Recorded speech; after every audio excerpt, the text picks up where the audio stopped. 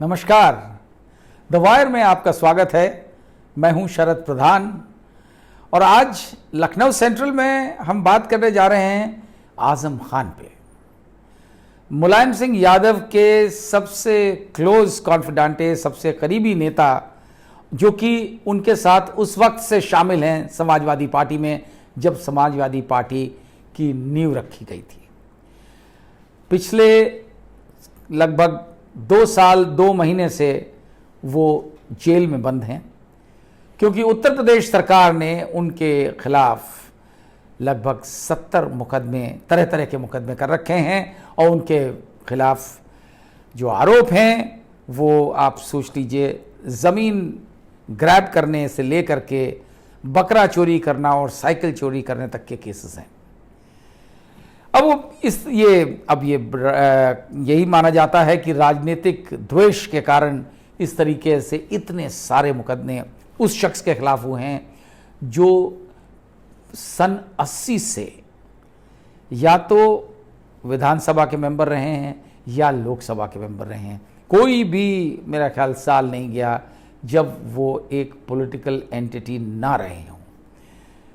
उसके अतिरिक्त रामपुर में जब उन्होंने स्टार्ट करी थी राजनीति तो उस टाइम में नवाब रामपुर की फैमिली और उनकी बेगम और उनके परिवार के लोग ही राज करते थे वहाँ। इन्होंने बिगुल बजाया उनके खिलाफ और समाजवादी पार्टी से जुड़ करके इन्होंने एक अपनी हैसियत वहाँ कायम करी, अपना वर्चस्व बनाया। लेकिन जिस तरीके से वो उनका बोलना, बहुत गुस्सैल बिहेवियर, उनकी एरोगेंस और उनका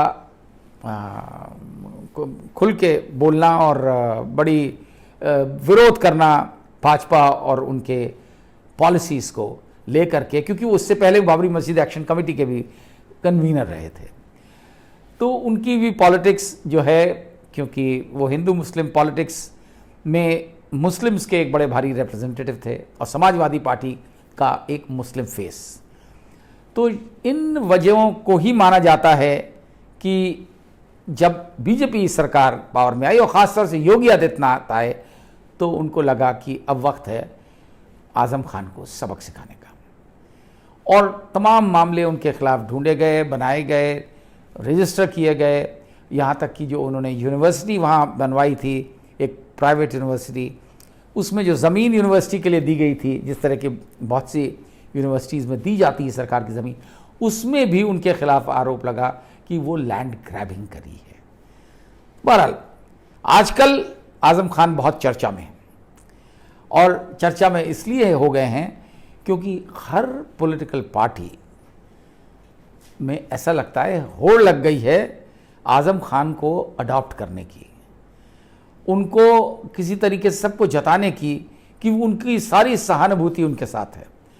और तो और अब तो बीजेपी के भी नेता जो हैं उनके साथ सहानुभूति जताने लगे हैं और अफसोस कर रहे हैं कि साहब इतने बड़े नेता, इतने पुराने नेता जो हैं, एक पॉलिटिकल नेता को इतने दिनों से जेल में बंद हैं और देखिए उनकी बेल भी नहीं हो रही है।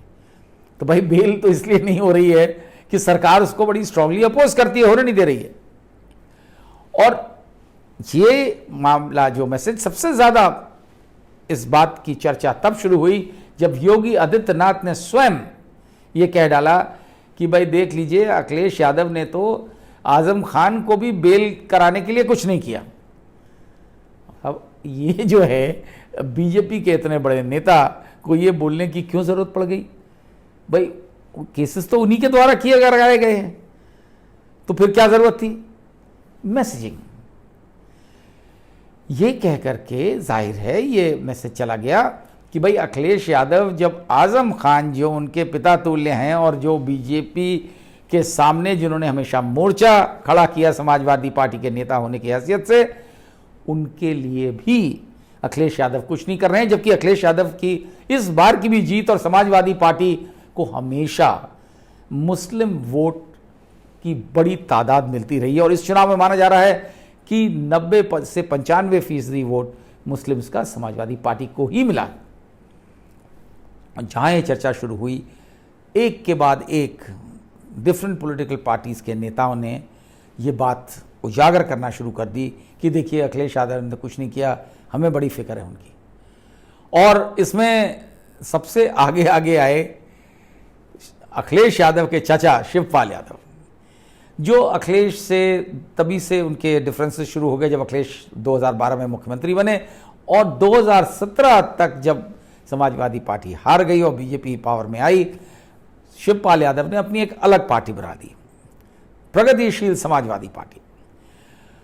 उस पार्टी के लीडर के हैसियत के तौर पे वो पहुंच गए आजम खान साहब से जेल में मिलने, सीतापुर जेल में हैं वो, और उन्होंने बड़ी सहानुभूति जताई और ये तक कह डाला कि अखिलेश यादव ने को कुछ करना चाहिए था, उन्होंने कुछ नहीं किया। वही बात कही जो योगी आदित्यनाथ कह रहे थे, और एक स्टेप आगे चले गए वो।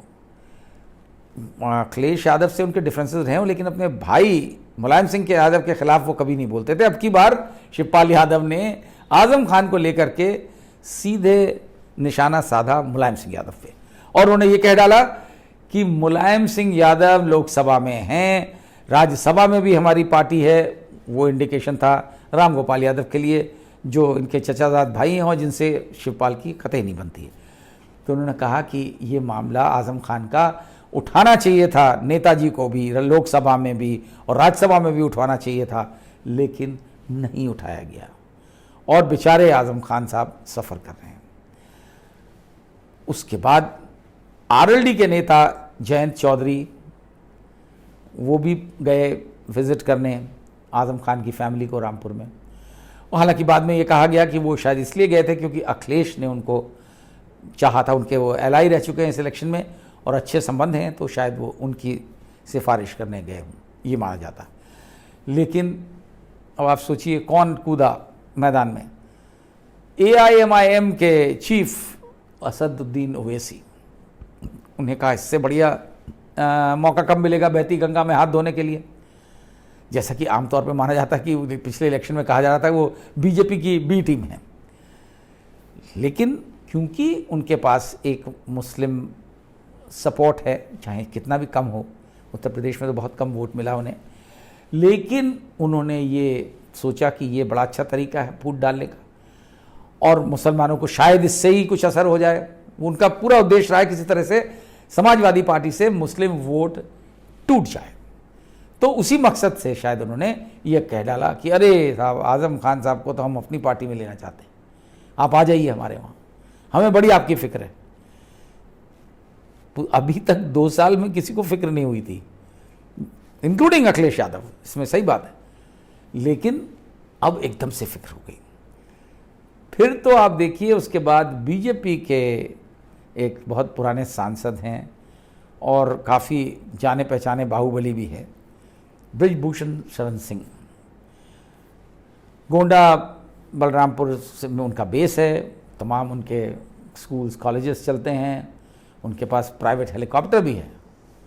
उन्होंने कहा कि साहब उन्हें बड़ा अफसोस है कि आजम खान जैसे व्यक्ति इतने साल से जेल में हैं, 2 साल से, और उनका निगलेक्ट हो रहा है। और मेरे तो किसी ने पूछा उनसे कि भाई आप तो बीजेपी के नेता हैं, उनसे बोले तो क्या हुआ भाई, वो नेता हैं, हम भी एक नेता हैं, तो हमारी उनसे सहानुभूति होनी चाहिए, और मैं जाऊंगा जेल में उनसे मिलने। अभी तक गए तो नहीं हैं, पता नहीं कहीं रोके गए हों बीजेपी द्वारा या नहीं, बहरहाल अभी तक गए नहीं है। लेकिन पब्लिक डोमेन में उनकी सिंपैथी आजम खान के साथ दिखना बहुत ही अचंभे वाली बात थी। मतलब उसके बाद अभी ख़त्म नहीं हुई कहानी। कांग्रेस के नेता आचार्य प्रमोद कृष्णम, जो पिछले कुछ साल 2-3 साल में ज़रा काफ़ी एक्टिवली दिखते हैं कांग्रेस के बात को प्रमोट करते हुए, उनका भी एक आश्रम है संभल में, मुरादाबाद के पास, और अच्छी उनकी पहचान है, एक अच्छे व्यक्ति माने जाते हैं, अच्छे नेता माने जाते हैं। हालांकि कितना उनका होल्ड है कांग्रेस में किसी को नहीं पता, अब कांग्रेस में किसका होल्ड है आजकल ये भी भगवान ही जाने। बहरहाल तो उन्होंने भी जो है ये कहा कि नहीं, हम तो आजम खान साहब से मिलेंगे और आजम खान से के साथ हमारी पूरी सहानुभूति है, उनके साथ ज़्यादती हो रही है। अब इन सब बातों की वजह से आज़म खान आज की डेट में बिल्कुल ट्रेंडिंग सब्जेक्ट हैं। बहुत ही ऐसा इशू है कि हर पॉलिटिकल पार्टी का नेता आज़म साहब की तारीफ़ कर रहा है, कहते उसमें कोई डाउट नहीं है। आज़म खान की बहुत सी चीज़ें हैं जो काबिल तारीफ़ हैं, बहुत अच्छे ओरेटर रहे हैं, बहुत बढ़िया पार्लियामेंटेरियन रहे हैं, और अपनी बात को फोर्सफुली कहना, और उनके बारे में ये आम धारणा ये भी रही है कि वो बदजुबान हो सकते हैं, बदमिजाज हो सकते हैं, लेकिन बेईमान नहीं है। ये उनके बारे में काफ़ी लोगों की ये धारणा है। फिर भी वो तमाम क्रिमिनल केसेस में बंद हैं और उनकी बेल तक नहीं हो रही है, तो जाहिर है फिक्र की बात है। और ये सवाल उठाया जा रहा है, और काफ़ी हद तक मुस्लिम कम्युनिटी से भी उठाया जा रहा है कि अखिलेश यादव ने क्या जो डिज़ायर्ड उनका रोल था प्ले किया है कि नहीं किया है आज़म खान को बेल आउट कराने के लिए। तमाम तरह के सवाल उठते हैं। ये बात सही है कि आज़म खान से मिलने वो 2 सालों में उनको वक्त नहीं मिला उसको जेल में मिलने के लिए, लेकिन जब आज़म खान हॉस्पिटलाइज हुए मेदांता हॉस्पिटल में, जहाँ शायद यहाँ कहा जाता है कि अखिलेश यादव ने उनको एडमिट कराया था, तो वहाँ ज़रूर वो गए थे उनसे मिलने।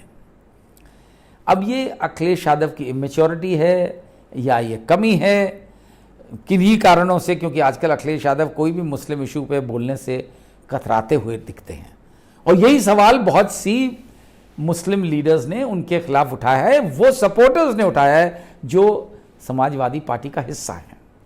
सबसे पहले ये सवाल उठाया था आज़म खान के ही एक सेक्रेटरी हैं जो उनका मीडिया का काम रामपुर में देखते हैं, फसाहत अली खान, उन्होंने ये सवाल उठाया तो बड़ी खुल के उन्होंने आलोचना करी अखिलेश यादव की, ये कहते हुए कि अखिलेश यादव ने बहुत निगलेक्ट किया आज़म खान का। उसके बाद अभी हाल में जब मामला बहुत गरमाया तो अखिलेश यादव ने पहले तो शायद जो जयंत चौधरी को भेजा, शायद उन्हीं की वजह से गए वो। उसके बाद उन लखनऊ के एक बड़े पुराने विधायक हैं रविदास मेहरोत्रा, बड़े जाने माने चेहरे हैं, अच्छे नेता हैं, उनको अखिलेश यादव ने भेजा, लेकिन आज़म खान ने रविदास मेहरोत्रा से मिलने से इनकार कर दिया जेल में। अब ये किसी के नहीं समझ में आता, कोई बताने को तैयार नहीं है कि भाई अखिलेश यादव स्वयं क्यों नहीं चले जाते हैं, कुछ उनका बिगड़ तो नहीं जाएगा। वो नाराज़गी बढ़ रही है, बीच में सारे पॉलिटिकल पार्टीज कूद गई हैं कि किस तरीके से उनको तोड़ लिया जाए, उनको अपनी पार्टी में ले लिया जाए, और जिस तरह से ये चीज़ उजागर होगी कि उनकी नाराज़गी अखिलेश यादव से है, तो जाहिर है कुछ ना कुछ नुकसान अखिलेश यादव का होगा और समाजवादी पार्टी का होगा। तो बड़ा स्पष्ट है, इसके पीछे उद्देश्य एक ही है जो घूम फिर के पर्पस सर्व करता है बीजेपी का। यदि अखिलेश यादव कमज़ोर होंगे तो बीजेपी का फ़ायदा होगा, लेकिन ये चीज़ अखिलेश को भी सोचने की ज़रूरत है, और अखिलेश यादव को अपने आप को अपना रुख बदलने की ज़रूरत है। ये शर्मा के और डर के काम नहीं चलेगा कि अगर हम आज़म खान से मिलेंगे तो हमारा हिंदू वोट बैंक चला जाएगा, अगर हम मुस्लिम्स की बात करेंगे तो हमारा हिंदू वोट नाराज़ हो जाएगा। उस प्रकार का हिंदू वोट अखिलेश जी आपके साथ वैसे ही नहीं है, ना रहेगा। जो उस किस्म का हिंदू है जो इस बात से नाराज़ होगा कि आप मुसलमानों की जायज़ बातों को उठाएंगे, तो ज़रा ओपन माइंडेड होना चाहिए। और दोनों तरफ ये सोचना पड़ेगा, उन लोगों को भी ये सोचना पड़ेगा जो ये सोचते हैं कि अखिलेश यादव से आज़म खान को अलग कर दें, और आज़म खान को स्वयं भी सोचना पड़ेगा कि इन टोटलिटी ऐसा कोई काम नहीं होना चाहिए जिससे समाजवादी पार्टी का और नुकसान हो, अगर वो वाकई में उसका इंटरेस्ट चाहते हैं। जहाँ तक पब्लिक का सवाल है, जो लोग डेमोक्रेसी में बिलीव करते हैं उनको लगता है कि भाई एक ऑपोजिशन स्ट्रांग रहना चाहिए, क्योंकि अगर ऑपोजिशन स्ट्रांग नहीं होगा तो तानाशाही हो जाएगी।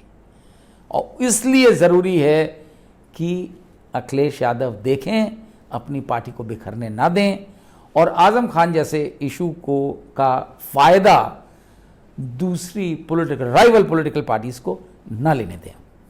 अब क्या होता है ये तो वक्त ही बताएगा। Get a sneak peek of exclusive content before everyone else for channel members only. Memberships start at ₹89. hit the join button below.